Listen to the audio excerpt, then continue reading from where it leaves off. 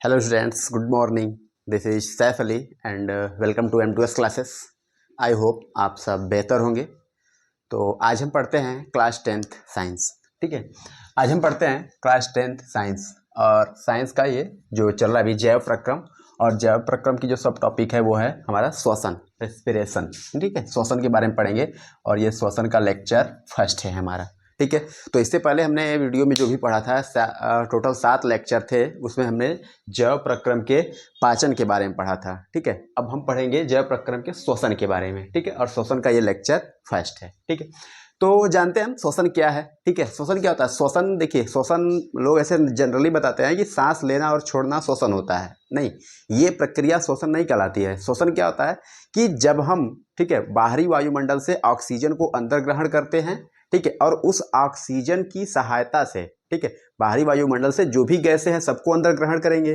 अंदर ग्रहण करके उनमें से केवल हम ऑक्सीजन को अपनी कोशिकाओं तक ले जाते हैं। ठीक है, जितनी भी हमारी कोशिकाएं हैं उन कोशिका तक ले जाते हैं, और कोशिकाओं तक ले जाने के बाद, ठीक है, वहाँ से जो भी हमारे पास कोशिका के पास ग्लूकोज आया होता है तो ग्लूकोज का ऑक्सीकरण होता है। ठीक है, जो ऑक्सीजन हमारी कोशिकाओं तक जाते हैं और ग्लूकोज पहले से होता है, तो ग्लूकोज और ऑक्सीजन साथ में ऑक्सीकरण की प्रक्रिया करते हैं और जा करके ऊर्जा बनती है। तो इस प्रक्रिया को हम कहते हैं श्वसन। ठीक है, और ये जनरली लोग बताते हैं ना सांस लेना छोड़ना, ये श्वसन नहीं है। इस प्रक्रिया को हम श्वासोच्छ्वास कहते हैं, जिसे हम ब्रीथिंग कहते हैं। ये हमें पढ़ना है रिस्पिरेशन। ठीक है, रिस्पिरेशन यानी श्वसन, और श्वासोच्छ्वास जो होता है वो होती है ब्रीथिंग, जिसमें कि हम सांस को लेते और छोड़ते हैं। अब इस प्रक्रिया को पढ़ेंगे हम श्वसन। श्वसन के बारे में जानेंगे, श्वसन क्या है, श्वसन कैसे होते हैं, ठीक है, क्या क्या क्रियाविधि है, सारी चीज़ों को हम इसमें डिस्कस करेंगे। तो जानते हैं सबसे पहले श्वसन क्या है। ठीक है, श्वसन जानते हैं श्वसन क्या है। श्वसन वह प्रक्रम है जिसमें भोजन के ऑक्सीकरण के लिए, ठीक है, श्वसन वह प्रक्रम है जिसमें भोजन के ऑक्सीकरण के लिए, देखिए वह प्रक्रम है, क्या क्या चीजें हैं भाई, जिसमें भोजन, याद रखिएगा, भोजन के ऑक्सीकरण के लिए, यानी देखिए भोजन का ऑक्सीकरण होगा। ठीक है, क्या होगा,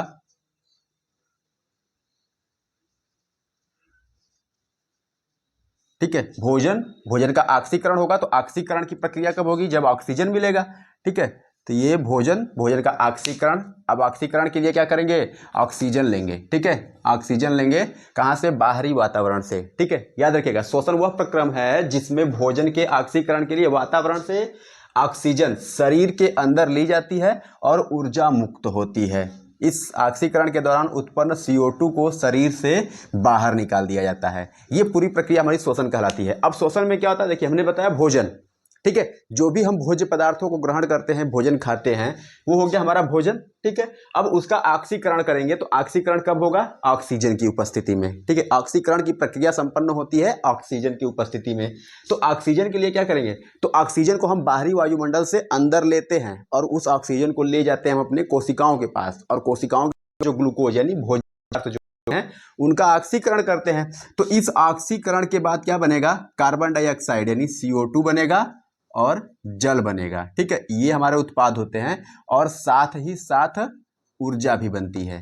ठीक है, तो ये पूरी प्रक्रिया जो होती है ये कहलाती है श्वसन। इस पूरी प्रक्रिया को हम कहेंगे श्वसन कहेंगे। ठीक है, अब जानते हैं परिभाषा के रूप में श्वसन क्या है। देखिए अब क्या लिखेंगे हम, श्वसन की परिभाषा क्या लिखते हैं, श्वसन ऐसी ऑक्सीकरण क्रिया है जिसमें जीव, ठीक है, कोशिकाओं में जटिल कार्बनिक पदार्थों को विघटन से कार्बन डाइऑक्साइड H2O यानी जल का उत्पादन होता है। देखिए श्वसन ऐसी ऑक्सीकरण प्रक्रिया है, मैंने बताया ना, ऑक्सीकरण यानी ऑक्सीजन की उपस्थिति में क्रिया करते हैं, तो ऑक्सीकरण क्रिया है जिसमें जीव, ठीक है, जिसमें जीव कोशिकाओं, ठीक है, जीव कोशिकाओं में, जो भी जीव हैं उनकी कोशिकाओं में जटिल कार्बनिक पदार्थों को, जो भी हमारे पास जटिल कार्बनिक पदार्थ होते हैं, तो उन जटिल कार्बनिक पदार्थों का विघटन होता है, तोड़ दिया जाता है।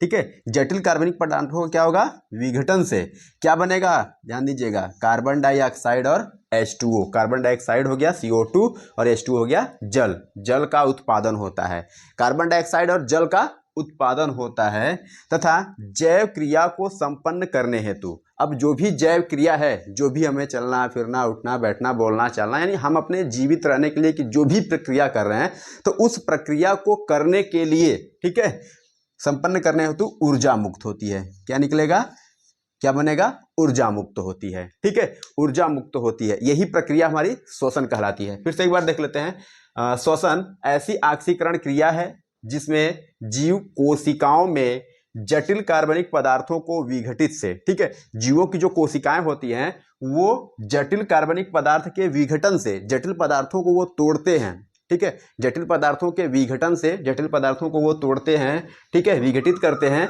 और विघटन से क्या बनेगा, कार्बन डाइऑक्साइड बनेगा और जल बनेगा। ये उत्पाद हमें प्राप्त होते हैं।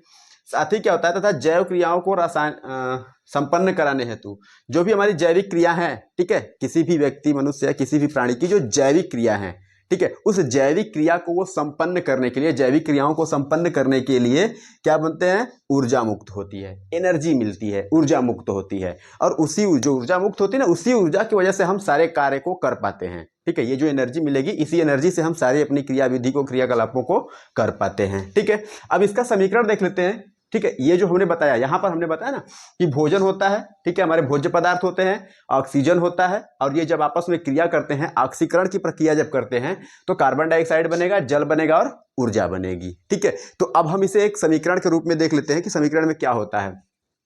देखिए, जैसे अब इसमें हमने क्या किया, 6CO2, ठीक है, C6H12O6, ठीक है, यहां पर हमने क्या लिया, C6H12O2, ये क्या है, हमारा भोजन। ठीक है, ये भोजन, यानी हम जब भोजन करते हैं तो भोजन करने के बाद जो हमें ग्लूकोज प्राप्त होता है, ठीक है, तो ये वही है, ये ग्लूकोज है। ठीक है, ये हो गया ग्लूकोज, और ये हो गया ऑक्सीजन, ये हो गया हमारा ऑक्सीजन। ठीक है, ये ग्लूकोज हो गया, ऑक्सीजन हो गया। अब देखिए, ये ऑक्सीजन और ये ग्लूकोज आपस में क्रिया करेंगे, कौन सी क्रिया, ऑक्सीकरण की प्रक्रिया करेंगे, ऑक्सीकरण की क्रिया होगी। तो अब इनके ऑक्सीकरण की क्रिया से क्या बनेगा, कार्बन डाइऑक्साइड बनेंगे। कार्बन डाइऑक्साइड, देखिए अब यहाँ पर हमने ये ग्लूकोज लिया था C6H12O6, और ये O2 ऑक्सीजन। ठीक है, ये देखिए, ये O2 ऑक्सीजन है, तो O2 के हमने कितने लिए थे, 6 अणु। ठीक है, O2 हमने 6 अणु लिया था। फिर आपस में जब ये ऑक्सीकरण की क्रिया होती है तो यहाँ पर कार्बन डाइऑक्साइड बनता है, 6CO2, ठीक है, CO2 कार्बन डाइऑक्साइड, लेकिन कार्बन डाइऑक्साइड के 6 अणु बनते हैं। प्लस में H2O बनेगा, जल। ठीक है, प्लस में ये H2O बना, तो H2O कितने अणु बने हैं, ये भी 6 अणु बने हैं, प्लस 673, ठीक है, किलो कैलोरी ऊर्जा मुक्त होती है। ठीक है, याद रख लीजिए क्या होता है, C6H12O6 यानी ग्लूकोज होगा, प्लस 6O2 ऑक्सीजन के 6 अणु लेंगे, आपस में जब ये क्रिया कराएंगे, ऑक्सीकरण की प्रक्रिया कराएंगे, तो ये क्या बनाएंगे, कार्बन डाइऑक्साइड के 6 अणु बनाएंगे, 6CO2, प्लस जल के भी 6 अणु 6H2O, प्लस 673 किलो कैलोरी ऊर्जा मुक्त करते हैं। ठीक है, ये जो ऊर्जा मिलती है, 673 कैलोरी जो ऊर्जा मिलती है, इसी ऊर्जा की वजह से हम अपने सभी कार्यों को संपन्न कर पाते हैं, अपने जो भी कार्य होते हैं उसको कर लेते हैं। ठीक है, तो ये रही हमारी श्वसन की प्रक्रिया जो होती है, कोशिका के कोशिका द्रव्य, याद रखिएगा, कोशिका के जो कोशिकाएं होती है ना, उन कोशिका के कोशिका द्रव्य, ठीक है, कोशिका द्रव्य यानी साइटोप्लाज्म। ठीक है, कोशिका के कोशिका द्रव्य यानी साइटोप्लाज्म में उपस्थित अंगक माइटोकांड्रिया। ठीक है, याद रखिएगा, यानी ये देखिए बताते हैं, माइटोकांड्रिया में संपन्न होती है। ये देखिए, ये हो गया हमारा कोशिका। ठीक है, ये कोशिका, ये बना केंद्रक। ठीक है, अब इस केंद्रक के बाद अब ये कोशिका के अंदर, ठीक है, इस कोशिका के अंदर केंद्रक को छोड़ करके जो पूरा द्रव भरा होता है उसे हम कहते हैं कोशिका द्रव्य यानी जीव द्रव्य। ठीक है, क्या कहेंगे, जीव द्रव्य भी कह सकते हैं, कोशिका द्रव्य भी कहते हैं, यानी साइटोप्लाज्म कहते हैं। अब इन्हीं साइटोप्लाज्म के अंदर, इसके अब इसी में, ठीक है, हमारी कोशिका के अंदर बना होता है इस तरह से। ठीक है, ये बना होता है हमारा माइटोकांड्रिया। ठीक है, ये संरचना होती है इस तरह से, ऐसे ऐसे माइटोकांड्रिया की। ठीक है, एक इधर से निकला ऐसे माइटोकांड्रिया बनता है, बहुत सारे माइटोकांड्रिया, 2-3 माइटोकांड्रिया हो जाते हैं। ठीक है, तो माइटोकांड्रिया में संपन्न होती है। ठीक है, यानी अब ये जो हमारे श्वसन की प्रक्रिया होगी, ठीक है, जो भी हमारे श्वसन की प्रक्रिया होगी, यानी श्वसन संबंधित जो भी प्रक्रियाएं होंगी, ठीक है, जो ऊर्जा उत्पन्न हो रही है, ऊर्जा जो बन रही है, वो कहाँ बनेगी, हमारे साइटोप्लाज्म यानी कोशिका द्रव्य के माइटोकांड्रिया वाले भाग में संपन्न होती है। ठीक है, जैसे कि हमने श्वसन किया, श्वसन में क्या करेंगे, हमने बाहरी वातावरण से ऑक्सीजन को ग्रहण किया, ऑक्सीजन को ग्रहण करेंगे, अंदर जाएंगे हमारे फेफड़े में। ठीक है, वहां से हमने केवल ऑक्सीजन को ग्रहण करके कोशिकाओं तक भेजेंगे, तो कोशिकाओं के पास ऑक्सीजन आता है, तो कोशिका के पास आकर के कहाँ पहुंचता है, किस भाग में, माइटोकांड्रिया में पहुंचेगा। अब यहाँ पर पहले से ही क्या होगा, ग्लूकोज होता है और बाद में ऑक्सीजन आता है O2। तो ग्लूकोज और ऑक्सीजन आपस में ये क्रिया करके क्या करते हैं, श्वसन की प्रक्रिया करते हैं, यानी ऑक्सीकरण की प्रक्रिया करते हैं, ठीक है। और यही प्रक्रिया श्वसन कहलाती है। तो अब यहाँ पर जब ऑक्सीकरण की प्रक्रिया करेंगे तो ये क्या करेंगे, इनका मेन उत्पाद जो होता है वो ऊर्जा को मुक्त करना, ऊर्जा करना, तो ये ऊर्जा को बनाते हैं, ठीक है।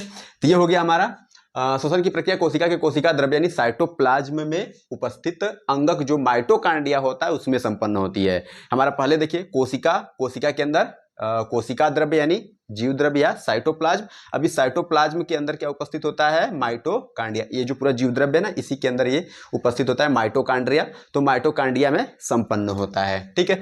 फिर श्वसन की क्रिया में एटीपी, ठीक है। देखिए श्वसन की जब प्रक्रिया होती है तो उसमें ऊर्जा क्या होता है, एडीपी से क्या बदल जाता है, एटीपी के रूप में बदलता है, ठीक है। जो ऊर्जा होती है वो एडीपी से बदल जाता है एटीपी में। जानते हैं एटीपी और एडीपी क्या है, एडीपी, ठीक है, पिछले वाले में हमने पढ़ा लिया है, पाचन वाले में बताया है एटीपी और एडीपी को। एडीपी होता है एडिनोसिन डाइफॉस्फेट, ठीक है। एडीपी का मतलब होता है एडिनोसिन डाइफॉस्फेट, डाई का मतलब होता है देखिए यहाँ पे 2 से, ठीक है। और ये होता है एडिनोसिन ट्राइफॉस्फेट, यहाँ ट्राइस का मतलब होता है 3 से, ठीक है। तो जो फास्फेट समूह अगर 2 होगा तो डाइफॉस्फेट और फास्फेट समूह अगर 3 होगा तो ट्राइफॉस्फेट। जो ट्राइफॉस्फेट होता है इसमें ऊर्जा अधिक मात्रा में संचित होती है, अधिक मात्रा में इसमें संचित होती है, ठीक है। तो ये हो गया श्वसन की प्रक्रिया कोशिका द्रव्य में संपन्न साइटोप्लाज्म में उपस्थित अंगक माइटोकांड्रिया में संपन्न होती है। फिर श्वसन क्रिया में ऊर्जा जो होती है एडीपी से एटीपी में परिवर्तित करके संचित कर ली जाती है, ठीक है। अब यही माइटोकांड्रिया ऊर्जा को संचित कर लेगा। कैसे, कब संचित करेगा, पहले ऊर्जा बन जाएगी और ऊर्जा बनने के बाद जो एडीपी होता है एडिनोसिन डाइफॉस्फेट, ये बदल जाता है एडिनोसिन ट्राइफॉस्फेट में, ठीक है, एडिनोसिन ट्राइफॉस्फेट में। और इसको एडिनोसिन ट्राइफॉस्फेट बदल करके माइटोकांड्रिया अपने अंदर उसको संचित कर लेता है। जब किसी अंगक को कोशिका के किसी भी दूसरे अंगक को जब ऊर्जा की आवश्यकता होती है तो माइटोकांड्रिया उनको ऊर्जा प्रदान करता है। इसलिए माइटोकांड्रिया को पावर हाउस भी कहते हैं, ठीक है, पावर हाउस कहते हैं। और इसे ऊर्जा के सिक्के एटीपी को, ठीक है। देखिए श्वसन के प्रकार क्या है, ऑक्सीजन की निर्भरता पे, ठीक है, ऑक्सीजन की निर्भरता यानी ऑक्सीजन की उपस्थिति पे ऑक्सीजन के हिसाब से देखते हैं क्या है। तो ऑक्सीजन की निर्भरता, ठीक है, ऑक्सीजन की निर्भरता की दृष्टि से जो श्वसन हमारा है वो कितने प्रकार से होते हैं, 2 प्रकार से, ठीक है। ऑक्सीजन की उपस्थिति के आधार पर श्वसन 2 प्रकार के होते हैं, ठीक है। श्वसन 2 प्रकार के होते हैं, कौन कौन से हैं, जिसमें कि हमें पहला पढ़ना है। पहला हमारा है ऑक्सी श्वसन, ठीक है। ऑक्सी श्वसन को हम कहते हैं एरोबिक रेस्पिरेशन। ऑक्सी श्वसन को हम वायवीय श्वसन भी कहते हैं, ऑक्सी श्वसन को हम वायवीय श्वसन भी कहते हैं, ठीक है। अब जानते हैं ऑक्सी श्वसन क्या है। ऑक्सी श्वसन को जानते क्या है, यह ऑक्सीजन की उपस्थिति में होता है। याद रखिएगा ऑक्सी श्वसन होगा उसका मेन ये है कि ये ऑक्सीजन की उपस्थिति में होगा, ठीक है। यानी ऑक्सी श्वसन के लिए ऑक्सीजन उपस्थित है जी, इसलिए इसका देखिए नाम भी लिखा है ऑक्सी श्वसन। ऑक्सी श्वसन यानी जिसमें ऑक्सीजन की आवश्यकता, वायवीय श्वसन कहते हैं यानी जिसमें वायवीय श्वसन यानी जिसमें वायु की आवश्यकता हो, यानी ऑक्सीजन की आवश्यकता हो, तो ऑक्सीजन की उपस्थिति में होता है। अगर ऑक्सीजन नहीं रहेगा तो ऑक्सी श्वसन की क्रिया नहीं होगी, तो इसलिए इसके लिए आवश्यक है ऑक्सीजन, ठीक है।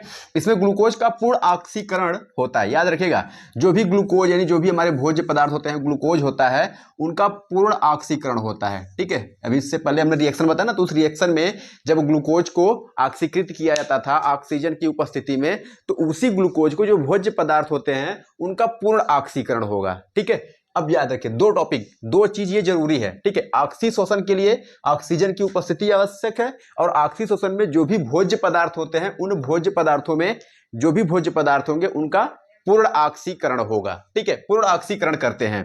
इनके फलस्वरूप जब पूर्ण ऑक्सीकरण होगा, जो भी भोज्य पदार्थ है जब उनका पूर्ण ऑक्सीकरण होगा तो उन ऑक्सीकरण के द्वारा क्या बनेगा, कार्बन डाइऑक्साइड बनेगा और जल बनेगा, ठीक है। CO2 यानी कार्बन डाइऑक्साइड बनेंगे और जल बनेंगे। ये 2 इनके उत्पाद हैं, ठीक है, बनते हैं तथा काफी मात्रा में ऊर्जा मुक्त होती है। ये 2 उत्पाद बनेंगे और इन उत्पाद के साथ साथ अधिक मात्रा में ऊर्जा भी निकलती है, ठीक है, काफी मात्रा में, ठीक है। याद रखिएगा कि ऑक्सी श्वसन जो होता है उसमें अधिक मात्रा में ऊर्जा मुक्त होती है, ठीक है।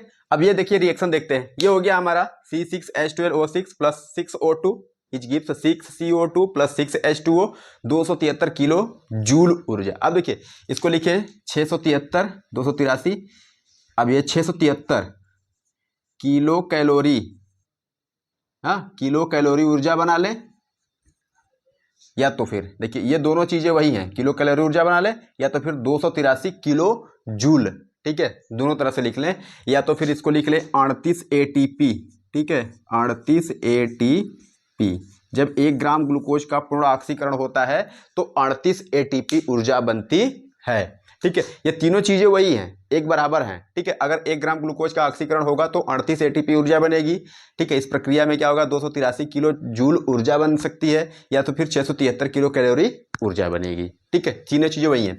तो अब यहां देखते हैं ये क्या है C6H12O6, ये क्या है, ये हमारा ग्लूकोज है, ठीक है। ग्लूकोज यानी हमारे जो भोज्य पदार्थ हैं उन भोज्य पदार्थों का ऑक्सीकरण होगा, ठीक है। देखिए ऑक्सीजन आवश्यक है, 6CO2 यानी ऑक्सीजन के 6 अणु जो है वो आवश्यक हैं। अगर ये नहीं रहेगा तो हमारी ऑक्सीकरण की ऊर्जा ऑक्सीकरण की जो प्रक्रिया है वो संपन्न नहीं होगी, ठीक है। तो ऑक्सीकरण के लिए ये जरूरी है। जब ऑक्सीकरण होता है तो ये ऑक्सीकरण जो होता है ऑक्सीजन की उपस्थिति में तो ये पूर्ण ऑक्सीकरण होता है, पूरी तरह से ऑक्सीकरण होता है। और जब पूर्ण ऑक्सीकरण होता है तो कार्बन डाइऑक्साइड और जल बनते हैं। तो ये हो गया हमारा कार्बन डाइऑक्साइड के 6 अणु, और ये हो गया जल के भी 6 अणु, और साथ साथ काफी मात्रा में ऊर्जा बनती है, यानी अधिक से अधिक मात्रा में ऊर्जा मुक्त होती है। तो कितना 283 किलो जूल या 38 ATP ऊर्जा बनती है, या तो 673 किलो कैलोरी ऊर्जा निर्मित होती है, ठीक है। तो ये रहा हमारा ऑक्सीशोषण, एरोबिक रेस्पिरेशन, जिसे हम वायवीय श्वसन भी कहते हैं। इसमें 2 चीजें बहुत ज्यादा इंपॉर्टेंट हैं, क्यों कि पहला ये कि ये प्रक्रिया जो होती है ऑक्सीजन की उपस्थिति में होती है, और इसमें जो भोज्य पदार्थ होते हैं उनका पूर्ण ऑक्सीकरण होता है, और तीसरा ये कि इसमें सबसे अधिक मात्रा में ऊर्जा मुक्त होती है, ठीक है। और ये रिएक्शन याद रखिएगा C6H12O6 plus 6CO2 etch gives 6CO2 plus 6H2O और 283 किलो जूल या 673 किलो कैलोरी या तो 38 ATP ऊर्जा, ठीक है। दूसरा है वो है अनाक्सी श्वसन, ठीक है। अनाक्सी श्वसन यानी एनएरोबिक रेस्पिरेशन, अवायवीय श्वसन, ठीक है। इसे अवायवीय श्वसन भी कहते हैं, और ऑक्सी श्वसन को वायवीय श्वसन, अनाक्सी श्वसन को अवायवीय श्वसन भी कहते हैं। जानते हैं क्या है ये? यह ऑक्सीजन की अनुपस्थिति, याद रखिएगा अवायवीय श्वसन जो है वो क्या होगा, ऑक्सीजन की अनुपस्थिति में, यानी ऑक्सीजन की आवश्यकता नहीं होगी, ठीक है। ऑक्सीजन रहे या ना रहे इसमें किसको कोई फर्क नहीं, ऑक्सीजन की अनुपस्थिति में होता है। इसमें ग्लूकोज का अपूर्ण ऑक्सीकरण होता है, याद रखिएगा जो भी ग्लूकोज होगा, ठीक है, जो ग्लूकोज होगा, जो भी हमारा भोज्य पदार्थ है, जो ग्लूकोज है उसका क्या होगा, अपूर्ण ऑक्सीकरण, ठीक है। यानी वो पूर्ण रूप से ऑक्सीकृत नहीं होगा, ठीक है। क्यों नहीं होता है, देखिए जो हमने पढ़ा इससे पहले ऑक्सी श्वसन, तो ऑक्सी श्वसन में क्या होता था कि ग्लूकोज का पूर्ण ऑक्सीकरण होता था, ठीक है। लेकिन अनाक्सी श्वसन में अपूर्ण होता है, ठीक है, अपूर्ण यानी पूरी तरह से ऑक्सीजन का जो भी मतलब ऑक्सीजन तो होता नहीं है, तो इसलिए ये क्या होता है, पूरी तरह से ऑक्सीकृत नहीं होता, ठीक है, पूरी तरह से ऑक्सीकृत नहीं होता, ठीक है। देखिए वायवीय श्वसन में, ठीक है, जो भी वायवीय श्वसन था उसमें ऑक्सीजन की मात्रा अधिक थी, इसलिए वो अच्छे से ऑक्सीकृत तो होता था। लेकिन अवायवीय श्वसन में ऑक्सीजन की मात्रा नहीं होती है ना, ऑक्सीजन की अनुपस्थिति, ठीक है, यानी ऑक्सीजन की उपस्थिति होती नहीं है। तो इस वजह से जो भी भोज्य पदार्थ होते हैं वो क्या होते हैं, अपूर्ण ऑक्सीकृत होते हैं, उनका अच्छे से ऑक्सीकरण नहीं हो पाता है, ठीक है। इसके फलस्वरूप क्या बनता है भाई, इसके फलस्वरूप क्या बनता है, एथिल एल्कोहल, ठीक है। याद रखिएगा जब अपूर्ण ऑक्सीकरण होगा, यानी अगर हमारे भोजन का अपूर्ण ऑक्सीकरण हो, यानी पूरी तरह से हमारा भोजन ऑक्सीकृत न हो, तो उसमें क्या बनेगा, एथिल एल्कोहल बनेगा, और दूसरा बनेगा लैक्टिक अम्ल बनेगा, और साथ में और दूसरे कार्बनिक यौगिक भी बनते हैं। 2 चीज याद रखिएगा, 2 चीज होते हैं, एथिल अल्कोहल और लैक्टिक अम्ल बनते हैं, और बाकी के कुछ दूसरे यौगिक भी बनते हैं। और उनके साथ साथ क्या होता है, सह उत्पाद के रूप में कार्बन डाइऑक्साइड बनती है, CO2, ठीक है, कार्बन डाइऑक्साइड बनेगी, ठीक है। साथ ही ऊर्जा मुक्त होती है, लेकिन जो ऊर्जा जो होती है कम मात्रा में होती है, ठीक है, यानी ऊर्जा जो होती है वो कम मात्रा में। अगर हम ऑक्सी श्वसन कराएंगे तो ऑक्सी श्वसन में अधिक मात्रा में ऊर्जा बनती है, क्योंकि वहां पर भोजन का पूर्ण रूप से ऑक्सीकृत होती है। लेकिन अगर अनाक्सी श्वसन कराएंगे तो उसमें कम ऊर्जा बनेगी, क्योंकि यहां पर भोजन का अपूर्ण ऑक्सीकरण होता है, ठीक है, याद रखेंगे। अब देखिए क्या है, फिर से एक बार देख लेते हैं। अनाक्सी शोषण क्या है? अनाक्सी शोषण में 3 चीजें जरूरी। अनाक्सी शोषण क्या होता है भाई? इसमें ऑक्सीजन की अनुपस्थिति होती है। पहला चीज की ऑक्सीजन की अनुपस्थिति होती है। अब ऑक्सीजन जब अनुपस्थित होता है तो इस वजह से जो ग्लूकोज होता है उसका अपूर्ण ऑक्सीकरण होता है, ठीक है। और तीसरा कि इसके फलस्वरूप क्या क्या चीजें बनती हैं? एथिल अल्कोहल बनेगा और लैक्टिक अम्ल बनेगा। 2 चीज याद रखिए, एथिल अल्कोहल और लैक्टिक अम्ल बनेंगे और उनके साथ साथ कार्बन डाइऑक्साइड बनेगा, ठीक है। और ये इनमें जो ऊर्जा बनती है वो कम मात्रा में बनती है, ठीक है। इनके रिएक्शन देखते हैं। पहला रिएक्शन हमारा है ये C6H12O6, यानी ये जो हमारा ग्लूकोज है, ये जब ग्लूकोज बिना ऑक्सीजन तो है नहीं, जब ये ऑक्सीकृत होता है, अनाक्सीकृत पूर्ण रूप से तो ऑक्सीकृत होगा नहीं, तो ये क्या होता है, ये बदल करके, ठीक है, ये बदल जाता है किसमें?